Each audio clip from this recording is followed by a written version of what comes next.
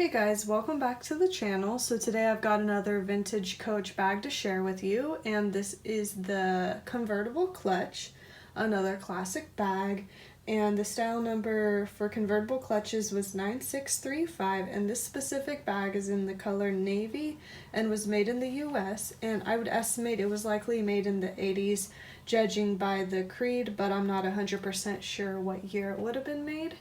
And as the name suggests, you can wear it as or carry it as a clutch, or you could wear it as a shoulder bag if you attach the straps to these D-clip or these D-rings right here. You could wear it as a shoulder bag. So it's a nice versatile bag. So I'll go ahead and show you the bag now. So here's the front. As you can see, it has a turn lock closure. And here's what the side looks like. As you can see, it's got this kind of inverted seam here, which makes the style a little bit more unique. Here's the back. It doesn't have a back pocket on this bag, it's just a straight across seam. And then here's the other side.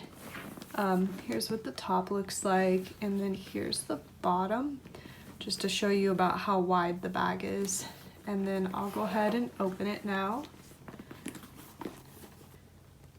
So here's what the inside looks like. It's got a front slip pocket here in the front. So here's what the interior of the bag is, just to give you an idea of the size of the bag and how much it would hold. And then it's also got a zip pocket back here with a fairly large pocket back there. And then it's also got the creed right here. I'll go ahead and insert a close-up photo of the creed as well so you can see it now.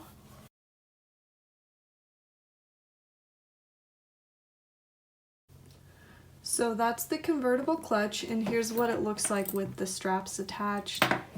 And it does have a hang tag that's one-sided. So the back is just kind of this suede-like texture.